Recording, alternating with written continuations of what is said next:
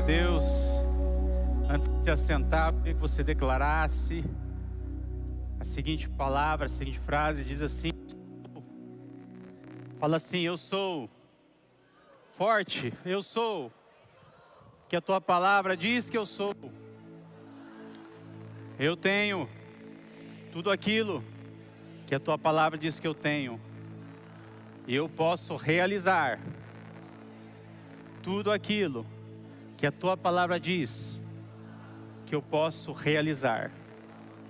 Meu coração está cativo e a minha mente está alerta à sua voz nessa noite, em nome de Jesus. Pai, nós queremos colocar diante de ti esse tempo. Obrigado, Senhor, que conduz todas as coisas, Pai.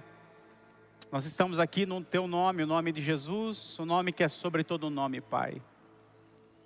E que toda a glória e honra seja ao teu nome, Senhor, possa comunicar a tua vontade, a tua palavra, o teu evangelho aos nossos corações tão carentes, Pai, mas que agora estão, como nós proferimos, cativos à tua voz. Nós temos fome e temos sede de ti, Pai, em nome de Jesus. Amém. Você pode se assentar. Nós estamos trabalhando a série Um Coração Aquecido. O inverno está chegando frio, né? E nós nos preocupamos que o seu coração não esfrie.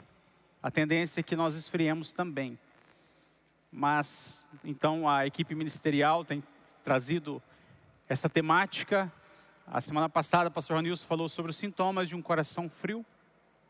Eu, particularmente, acredito que alguns fatores mantêm o nosso coração aquecido. Para mim, o principal é a palavra de Deus. Se você estiver distante da palavra, sinto lhe dizer, mas o seu coração vai esfriar. A comunhão com os irmãos, uma vida no fervor, na oração, no contato, na intimidade com Deus. Aquela história da brasa fora da fogueira, quando você sai, deixa de participar em meio ao povo de Deus. A brasa ela permanece acesa por um tempo, mas depois ela se apaga. E nós precisamos nos manter aquecidos, juntos, unidos. E hoje vamos trabalhar o tema Reacenda a Chama. Eu gostaria de pedir que você abrisse a sua Bíblia em 2 Timóteo, capítulo 1, versos 6 a 8. Talvez na projeção está a primeira, mas é a segunda carta de Paulo a Timóteo. Só um pequeno equívoco aí, que diz assim, versos 6 e 8. Você pode acompanhar o texto está certo. Por essa razão, torno a lembrar-lhe que mantenha viva, algumas traduções diz, reacenda a chama do dom de Deus que está em você, mediante a imposição das minhas mãos. Pois Deus não deu espírito de covardia, mas de poder, de amor e de equilíbrio. Portanto, não se envergonhe de testemunhar do Senhor, nem de mim, que sou prisioneiro dele. Mas suporte comigo os sofrimentos pelo Evangelho, segundo o poder de Deus. Você sabia que essa carta foi escrita de Paulo a Timóteo no finalzinho da vida de Paulo? Em que ocasião? Paulo estava preso em Roma, um lugar chamado Prisão Mamertina. Em 2018 tive o privilégio de conhecer esse lugar. Entrei nesse lugar, insalubre, onde Paulo ficou ali preso. Esse calabouço, podemos assim dizer, um lugar frio, um lugar escuro, úmido, bem complicado. E Paulo está escrevendo a Timóteo, motivando esse servo. E este jovem, Paulo estava também num contexto em que ele seria morto. Ele estava condenado à morte e ainda escrevendo, estimulando, incentivando, fortalecendo, palavras de incentivo, de encorajamento. E ele estava então passando o cajado para Timóteo, que era o seu filho na fé, e depois se torna o seu companheiro de viagens. E aqui eu vejo Paulo tendo Timóteo como um confidente. Essa é a última carta de Paulo. É uma carta muito pessoal, é uma carta onde Paulo abre o seu coração para incentivar esse jovem que está iniciando ali com o seu ministério. Na verdade, dando continuidade sendo sucessor de Paulo, não há sucesso se não houver sucessão. E Paulo sabe disso, e nessa cultura, nesse contexto onde Timóteo era um jovem rapaz, mas na cultura oriental, onde se valorizava muito e o respeito era muito prezado pelos mais velhos, os anciãos, e os jovens, por outro lado, eram mais desprezados. Então, quando o jovem Timóteo está iniciando o seu ministério, tendo que falar, ensinar, pregar, falar aos homens, aos jovens, às mulheres, às moças, ele se sente intimidado, porque isso fazia parte também da sua personalidade, mas porque o jovem não tinha tanta voz como os anciãos, diferente da cultura ocidental, onde os anciãos são desprezados, os jovens são mais valorizados. Nós sabemos tudo. Nós temos que resgatar um pouco dessa cultura. E é nesse contexto que Timóteo está sendo encorajado por Paulo a cumprir a sua tarefa, a sua missão. E reacenda a chama, é o tema. Reacenda a chama. Porque Deus não deu espírito de covardia, Timóteo. Que espírito é esse? De poder, de moderação e de amor. Primeira coisa que nós precisamos reacender, assim como Timóteo precisava reacender. Porque parece que muitas vezes o nosso coração se encontra frio, vazio, gelado, apático, indiferente. E nós precisamos também reacender a chama no nosso coração. E o diabo sabe que se houver uma faísca aí, você em Deus pode realizar um grande estrago nas mãos do Pai. E reacenda a chama do poder, espírito de poder. Deus não deu espírito de covardia, mas de poder, o dunamis. Quando aquela mulher toca em Jesus, aquela mulher hemorrágica, Jesus lhe faz a seguinte pergunta: quem me tocou? Mestre, todo mundo está te tocando por todos os lados. Ele fala: não, mas alguma coisa diferente aconteceu, porque de mim saiu poder. Dínamos, a mesma palavra, o mesmo poder que Deus manifesta e disponibiliza aos seus filhos. Recebereis poder ao descer sobre vós o Espírito Santo. Então nós fomos chamados para manifestar, para expressar o poder de Deus. O dunamis de Deus, para realizar coisas extraordinárias. Eu gosto de um texto em Efésios 3:20 que diz assim, que aquele que é poderoso para fazer infinitamente mais do que tudo o que pedimos ou somente pensamos, de acordo com o seu poder que atua onde? Em nós. Que poder é esse? Está na sua conta, é seu, está à sua disposição, basta você usá-lo. É o poder da presença e da vida do Espírito Santo em nós. Você pode sonhar coisas grandes. Eu me lembro em 98, quando eu tive meu chamado ao ministério, um grupo de americanos, parecido com esse que vem para cá, de Oregon, estava lá em Londrina, no acampamento Shalom. Eu não falava inglês, e aquele grupo veio, e ali foi o meu chamado, através dessas pessoas. E a gente se conversava ali por mímica, né? Falava, tentava, se comunicava. Eu comecei a orar: Deus, me dá inglês. Eles foram embora, comecei a corresponder. Quando eu vi, estava falando inglês. Eu não me esforcei, eu não falei, eu vou estudar e vou aprender. Na hora que vi, estava falando. É claro, eu me correspondi com esse povo. E eu me via de uma forma muito simples onde a gente vivia. E muitas vezes precisamos de ajuda, de cesta básica e tantas coisas. Mas eu me via pregando lá nos Estados Unidos, numa igreja americana. Eu nem falava inglês, mas eu me projetei. Aquele menino, magrinho, que colocava pedra no bolso para o vento não levar. Mas eu me projetei. Em 2010 eu estava pregando lá nos Estados Unidos, numa igreja americana, em algumas. Então Deus é poderoso para fazer infinitamente mais do que tudo que pedimos ou pensamos. Tudo é possível ao que crê. É o que diz a palavra de Deus: creia em coisas extraordinárias, poder para vencer oposições. Todos os dias somos tentados, atribulados, desafiados. Deixa eu te falar algo importante. Se ninguém te incomodar, você já tem 3 inimigos. Satanás. Mas a Bíblia diz que Jesus, pela sua morte, derrotou aquele que tinha o poder da morte, a saber, o diabo. O segundo inimigo, o mundo. O mundo. E Paulo diz: eu me glorio na cruz de Cristo, porque por meio dela o mundo foi crucificado para mim e eu para o mundo. O terceiro inimigo, você. E às vezes o diabo nem incomoda, você já causa um grande estrago. E culpa o diabo falou: essa vez não fui eu não. É você mesmo. Eu nem precisei intervir. Você sozinho se arrebenta. Tenha controle. 3 inimigos. Eu fui crucificado com Cristo. A cruz venceu Satanás, o mundo e você mesmo. Conte com a cruz. E eu vou te dizer algo importante. Você quer viver uma vida sem oposições? Eu tenho um ingrediente para você. Quem é que quer viver sem oposições? Levanta a mão. Alguém quer? Se você quiser viver uma vida sem oposições, não diga nada, ok? Não faça nada e não sonhe nada. Não vai surgir oposições. Toda vez que você se levanta com poder, haverá sim o levante, pessoas, a inveja. Você sabia que não atiram pedra em árvores infrutíferas? Aquele pé de manga cheio, a gente joga pedra até onde derrubar. Se tiver infrutífero, é assim a nossa vida também. Então, se você está recebendo pedradas, glorifique a Deus. Isso quer dizer que o Espírito de Deus repousa sobre a tua vida. O problema é que nós queremos o tempo todo ser curtidos, compartilhados, visualizados. E nós nos esquecemos que Jesus disse que o mundo vai nos odiar. Por que você está tentando agradar o mundo a todo custo? Paulo sofreu oposições, confrontos, apedrejamentos, prisões, açoites, mas ele cumpriu a sua missão no poder de Deus.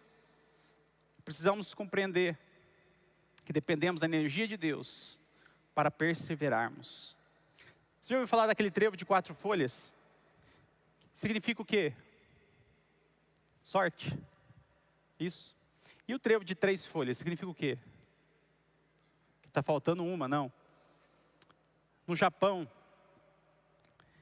eles criaram a ideia de que o trevo de 3 folhas simboliza perseverança, porque no pós-guerra, debaixo de todos os escombros, aquele ambiente em ruínas e queimado, a primeira plantinha a aparecer era o trevo de 3 folhas. Tem uma fábrica, uma empresa brasileira, na Jacto. Nós tivemos o privilégio de visitar essa semana que passou. E o símbolo deles é esse trevo de 3 folhas. Porque simboliza não sorte, não, mas a perseverança. E o poder de Deus é para nós perseverarmos. E esse poder de Deus é o poder que promove transformação. E continuando essa história da Jacto, nós estivemos lá, Sunshi Nishimura, ele em 1932, com 21 anos de idade, sem nada, começou a trabalhar, com vontade de crescer, sonhando. E ele foi quem fundou a Jacto. E depois de já um tempo crescendo, se destacando, o governo pediu para ele construir a primeira colheitadeira de café, máquina de colher café do mundo. Não havia no mundo inteiro. Ele falou, não. Há outras pessoas melhores que eu. Insistiram, ele, ok. 7 anos ele levou para construir a primeira colheitadeira de café do mundo, no Brasil. E depois, onde estava toda a mídia, o vice-presidente, estavam ali para homenageá-lo. Ele simplesmente levantou assim, abriu uma faixinha dizendo, ninguém cresce sozinho. É linda a história. De você saber que em Deus e no poder de Deus, nós podemos realizar coisas extraordinárias, contando uns com os outros. E é importante você entender que nós em nós mesmos somos fracos, somos falhos. A nossa força ela é limitada, mas nós precisamos do poder de Deus, que vem por meio da sua palavra, o poder concedido no Espírito. Recebereis poder ao descer sobre vós o Espírito Santo para ser testemunhas.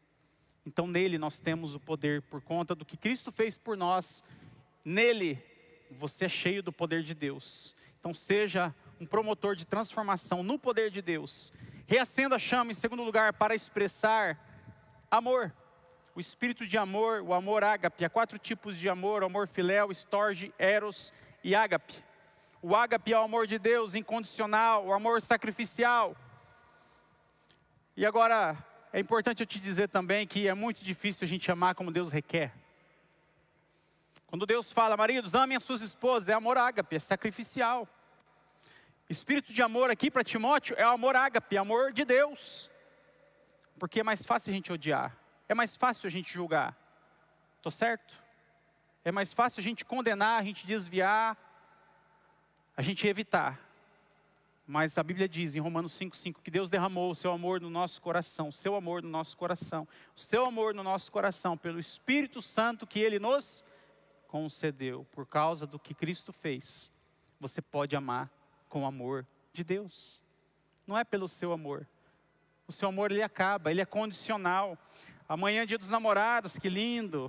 E o mundo fala de um amor sentimental, né? O amor limitado, que acaba. O amor eros, aquela paixão, mas que não é duradoura.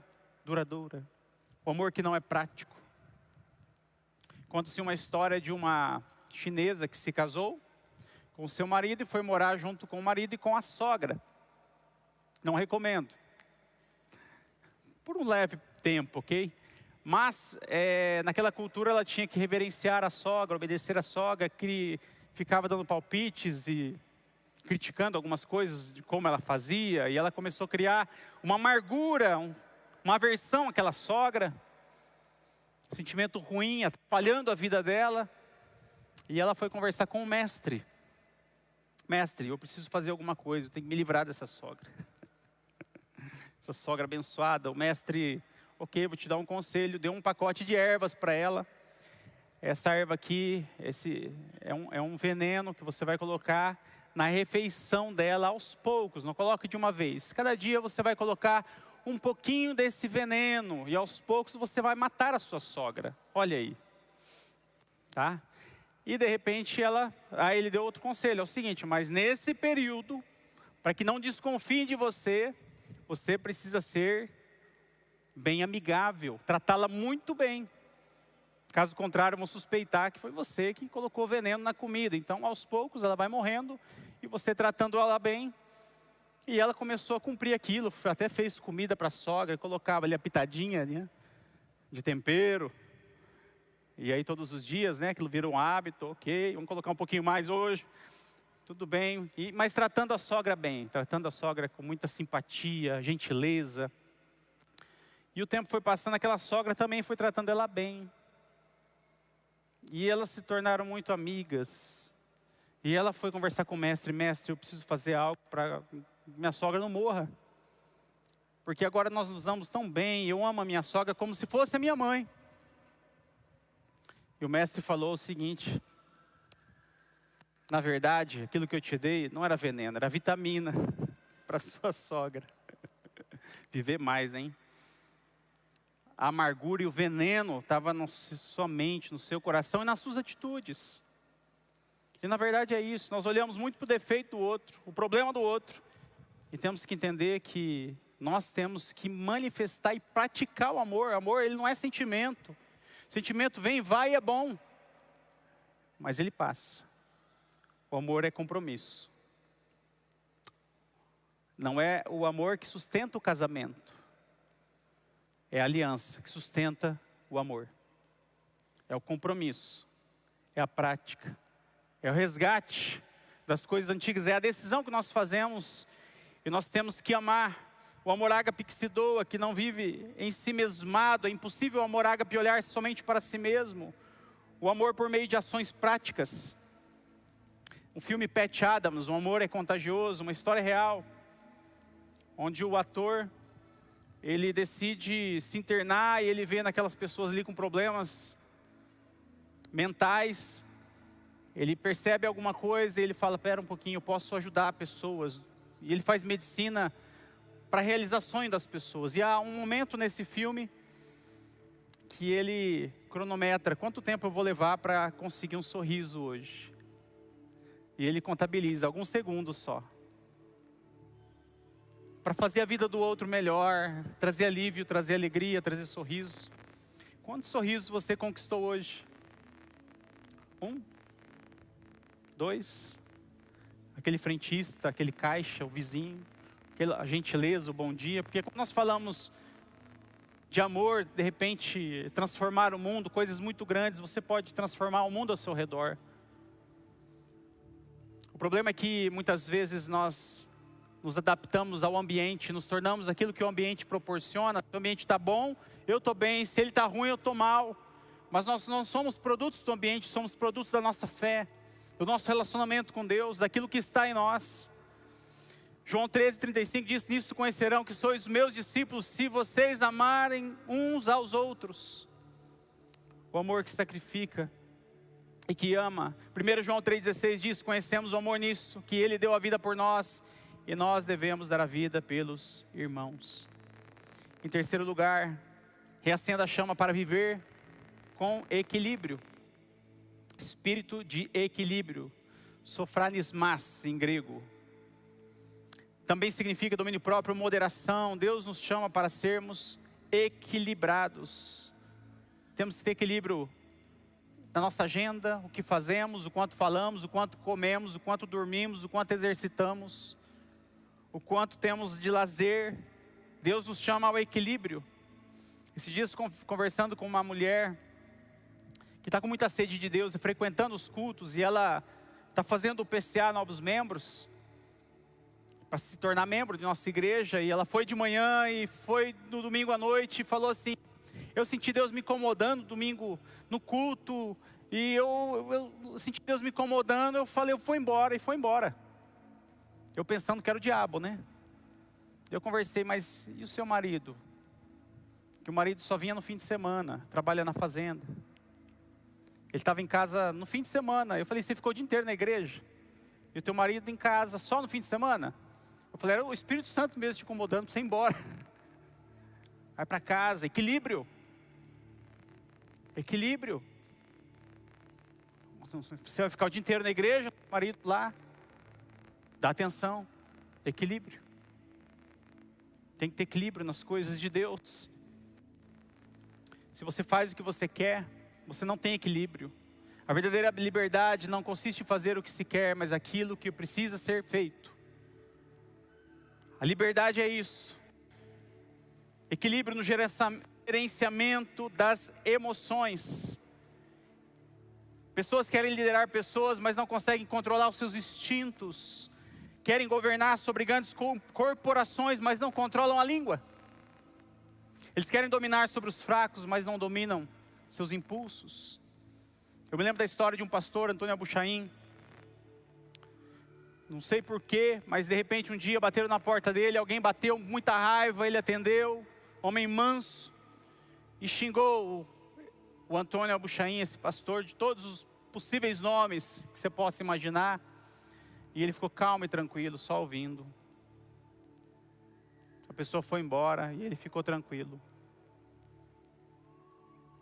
Ele disse assim, realmente eu sou tudo isso que você disse, mas Jesus me lavou, me transformou. Perguntaram, mas por que o senhor não reagiu? Qual o segredo? Ele disse assim, quando alguém vai te dar um presente, se você não recebe o presente, ele pertence a quem? A quem iria te dar. Pertence àquela pessoa. A mesma coisa os insultos, as agressões, os xingamentos. Pertence a quem te deu. Você não precisa reagir na mesma moeda, não mostre que você é igual. Equilíbrio. E Deus nos deu o espírito de equilíbrio.